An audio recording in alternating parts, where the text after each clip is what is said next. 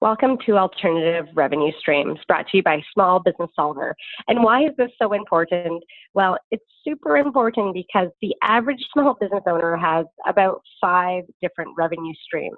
And from all the conversations that we've had and just coaching and consultations and just hearing people's stories, about 2 on average, so that's 40% of the revenue streams, need some tweaking. And on the flip side, there's a lot of times where someone starts with one revenue stream and then is looking to grow because they've capped out on the one. And so they're looking for alternative revenue streams, maybe because of seasonality, maybe because of peaks and valleys in terms of supply and demand. So there's lots of good reasons to actually diversify and have alternative revenue streams across the board. So we're going to jump in.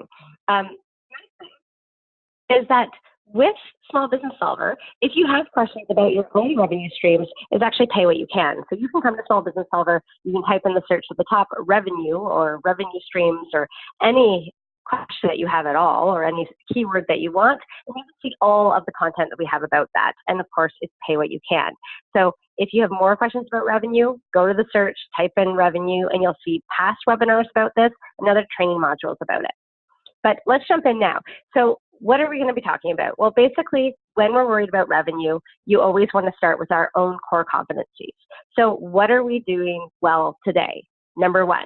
Then we start looking for adjacencies. So what's close to what we're already doing that we could already leverage what our strengths are and move into something different? We're going to talk about our existing customers. So how can we have more of what we already have? So growing within that clientele base. Or we're going to look at another alternative, which is new customers. So it could be a new territory, a new target market. It's just going outside of the group that we're already talking to.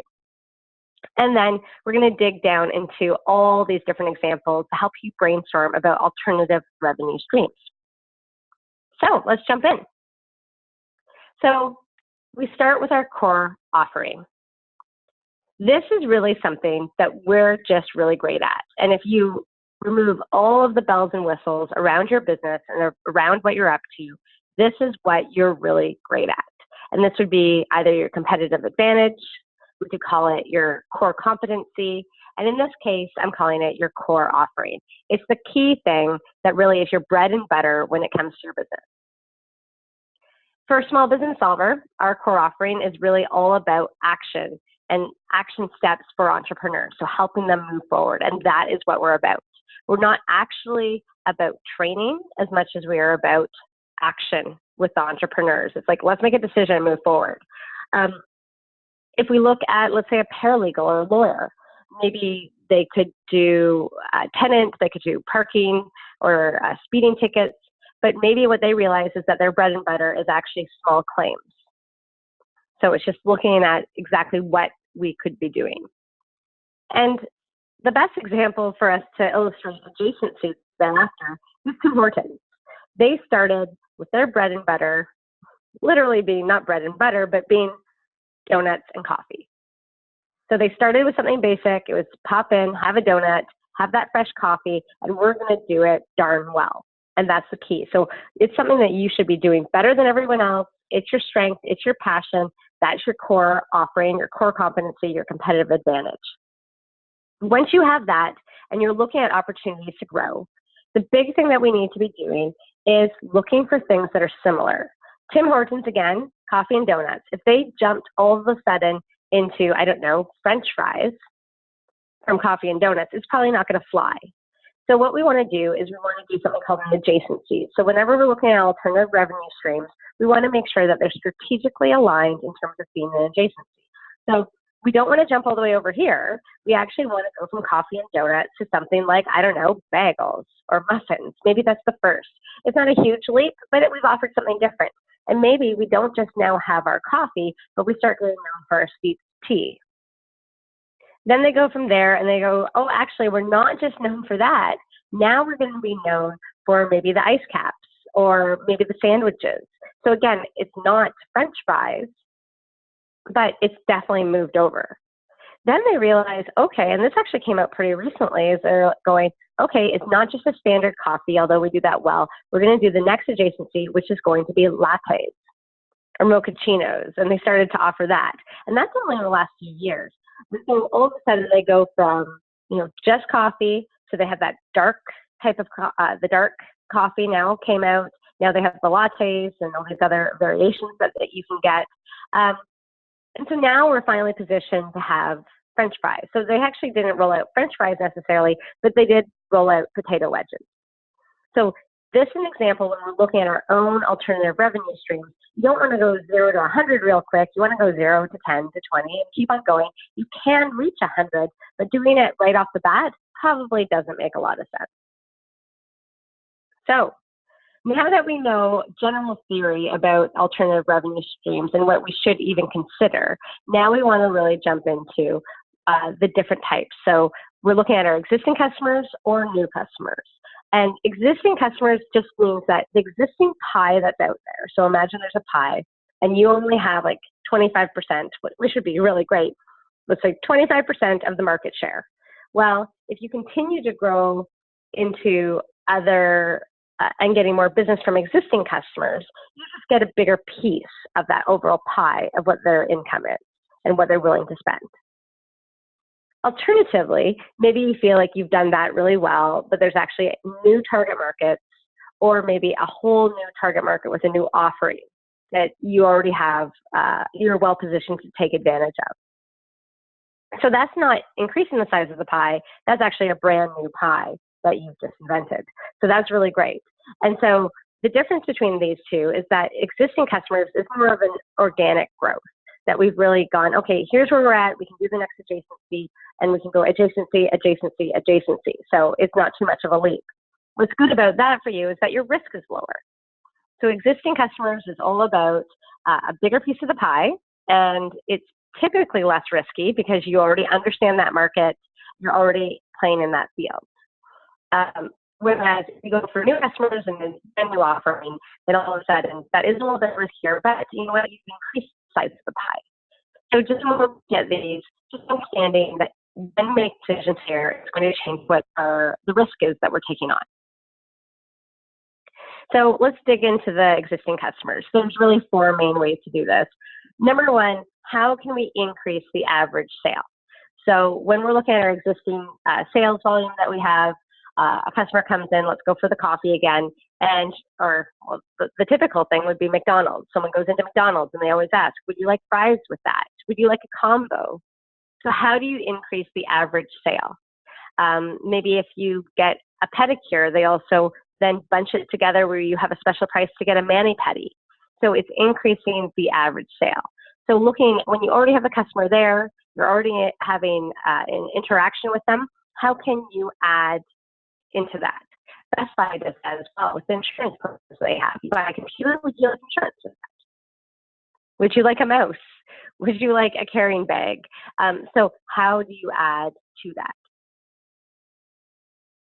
The next way to actually continue to add in terms of the revenue and alternative revenue streams is really to add frequency. So how often do people come back? You can do that with sales and promotions. A lot of people actually use loyalty programs. And that would work really well in terms of a gas station. So when you have a loyalty program, it's more likely that they're going to come back to your gas station. So how do you actually have people returning more frequently? If you only sell burritos, well, someone's not going to have a burrito every single day for lunch. So even with Tim Hortons, by making sure that they had all these different varieties and it was still a great location, it was still available and affordable, well, they're able to increase frequency on that. Another way is to then add the new offering. And this would be, maybe we are already providing one product, one service. Could we actually add something new? The hairdresser is a great example. Most hair salons also provide all of the hair products. The reason that that's important is because that's all of a sudden increasing the size of the sale, but it's actually expanding beyond just a service, but to a product as well. So if you're already providing a product, is there a service that we can offer? If you're already providing a service, is there a product that we can offer? Typically, the best businesses offer a little bit of each. And then retention. Retention is probably the most underrated way to grow your business. Because when you have retention, it means that A, the customer already likes you, so you don't have the cost of acquiring a new customer. They're more likely to investigate any of your new offerings or to consider to be upsold. And when they're happy, over time, they are going to be more and more likely to refer business to you as they continue to be satisfied.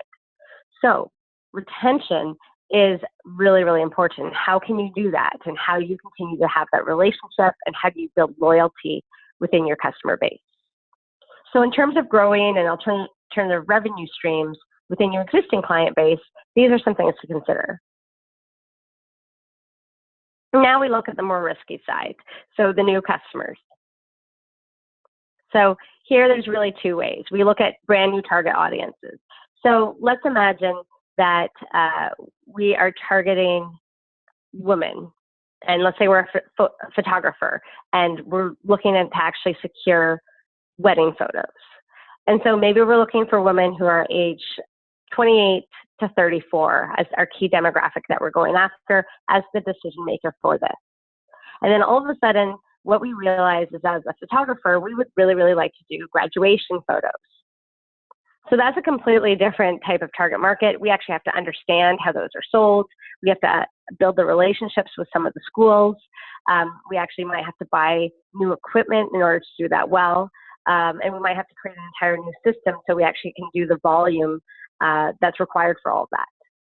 So this is basically, we're still doing photography, but it is very, very different than the type of photography that we're doing right now. And you can imagine with all those costs of equipment, the learning curve of understanding that and how it's different, you might actually have to have new employees.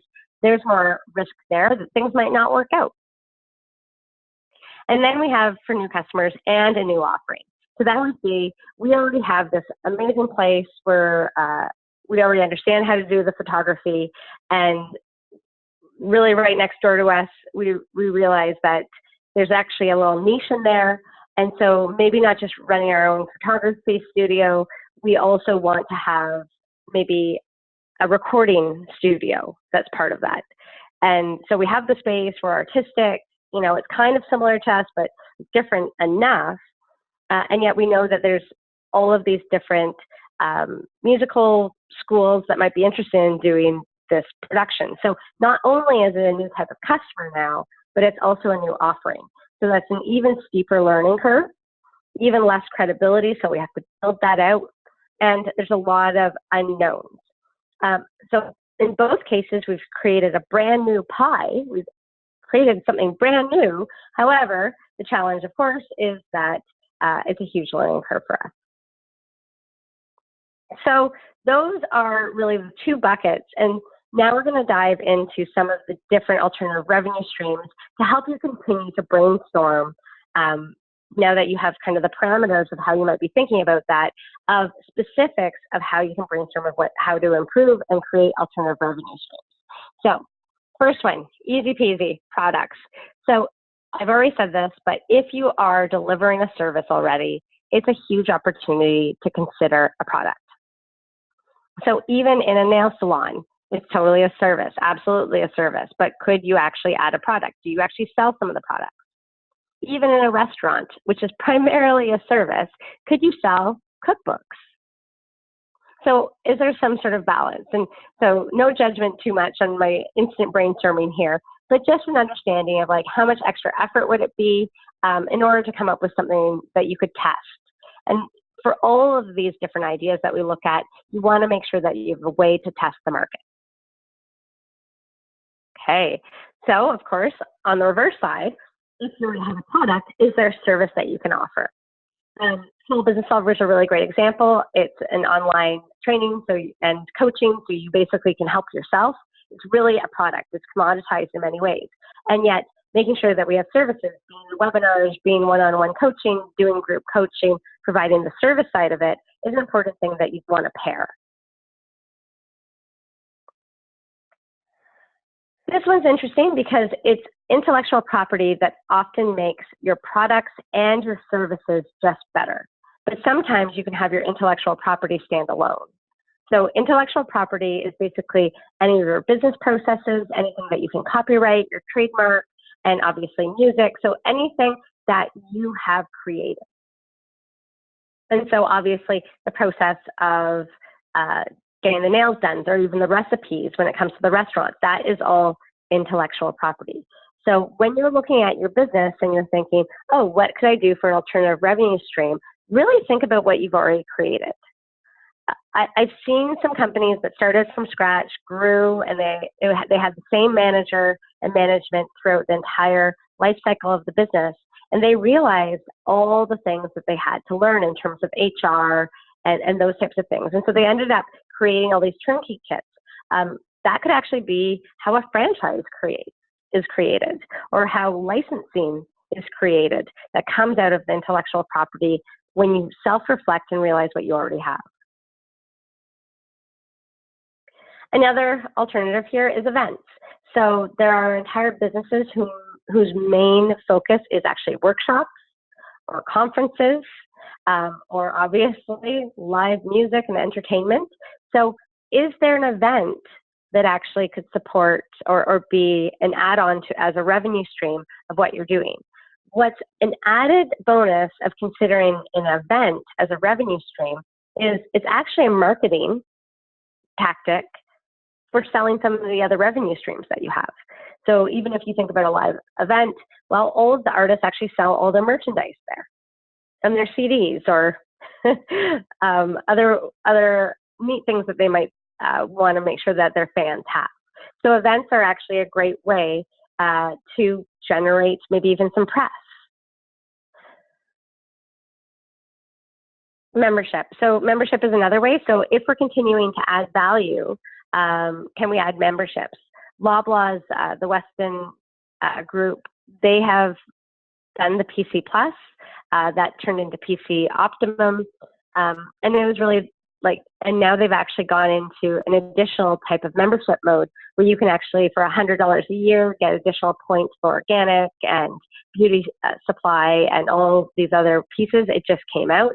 And what's neat about the membership there is they already sell products. They already have services. They've continued to add in some places, they have the flower shop, they have the wine rack.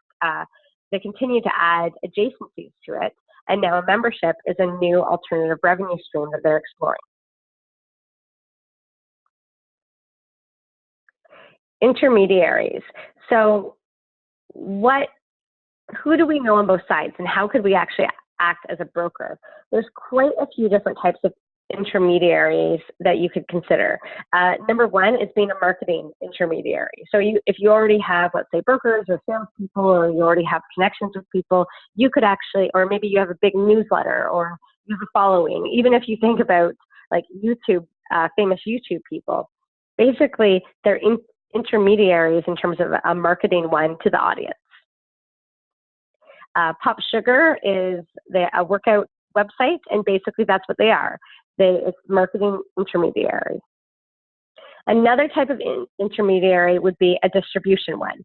So this is specifically if you have space.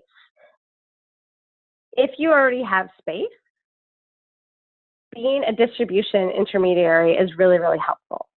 So what does that mean? You could actually be a cross-dock facility, or you could be a holding place. It could be, I've even seen in terms of 1-800 Got Junk, they'll actually rent space to park their trucks to be a point for drop-off and pickup, but also to be like a marketing tactic for them.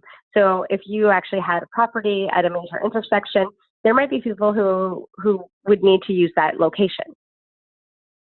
And the last type of intermediary really is administration and space and those types of things. So that could be WeWork has that, or any of those co-working spaces where they actually have the administration piece of it. So it could be the boardrooms, it could be a photocopier, it could be the Wi-Fi, all those types of things. So when you're actually brokering in between people, and when someone can take advantage of the fact that you already have certain assets, what could you do?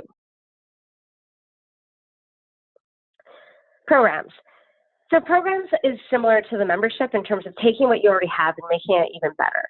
So in this case, a program that is a great example for us is that we started to do some sales coaching.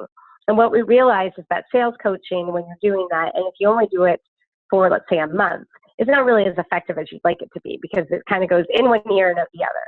However, if you do sales coaching over 6 months or 12 months, all of a sudden you're going to see some real results with your clients. And so what we ended up doing is taking our sales curriculum and turning it into an entire program. So our clients were signing up for an entire year. We were able to have that engagement, and then we were actually able to guarantee results because we had that longer term engagement. A fitness program would be another example of not just taking individual services, but how do you bundle it together to be even more valuable and more meaningful? And guess what? You're having a lot more sustainability in terms of financial income on that side, and you're feeling better because you're able to guarantee some of those results. And then going from programs, so we're kind of going into more and more strategic pieces here, is there a way to do residual income? So in your work, how do you not just go from something that's transactional to something that's more ongoing? A great example would be maybe a landscaping company who actually sets up all of the stonework, maybe does the driveway, sets up all the gardens, but then could you have an ongoing contract with who you set that up with to do the ongoing maintenance? So when you're looking at any of your revenue streams, is there an opportunity to have some sort of residual income? In most cases, it's a great way to go. It might take a while at the beginning, but as you keep on having these customers, not only are you going to have this lower residual income, but if they need your service again on the transactional basis, well, you already have the relationship, you're almost guaranteed to land that business as well. The next thing that's really emerging is the share economy, of course. So we have Airbnb, we have Uber. There's also apps and organizations popping up when it comes to sharing tools, sharing driveways. So are there other ways in terms of leveraging the share economy? And if you're already a hub, if you already have a list of clients, is there some sort of exchange that you can do? So tapping into that. Of course, again, mostly being a new offering, this type of setup is going to have a lot more overhead and might be a little bit more risky. Other things that we're seeing is governments are getting more and more creative in terms of being able to work with the private sector. So really interested in having government contracts and also in terms of social enterprise and export and economic development, there are grants and other type of finance support from the government in order to grow what you're already doing. And then a really fun one, Kickstarter and many other crowdfunding platforms as the beginning part. I've added this in here. It's something that some businesses, this is their mainstay. This is what they focus on. Really the big focus is to be something that's a little bit quirky, something that gets a lot of attention, something that people find interesting or neat or niche. In order to get attention here. I would look at crowdfunding typically as a way to get started, not the ongoing revenue streams, but we have seen both. So I hope that I've given you quite a few things to be thinking about, because that's quite a list, and writing down notes and brainstorming. And really, if you are interested in figuring out which one to choose now that you have all of these, we recommend going to Small Business Solver. One of the modules is called Choosing Revenue Streams. List all of those. There is a decision-making model to help you choose which one's the best fit to move forward on. Because what we know when it comes to your alternative revenue streams is to not forget the 80-20 rule. So even if you have the 5, even if you're only at 2 right now, or maybe you're at 8, the big thing is to decide which ones are going to be the most impactful for you. So most of the time, 20% of your revenue streams should be making 80% of your income. So looking and going through this is which ones are those, because those are the ones that you should be focusing on. Thank you for attending, and I'd love to be in contact with you if you have any questions.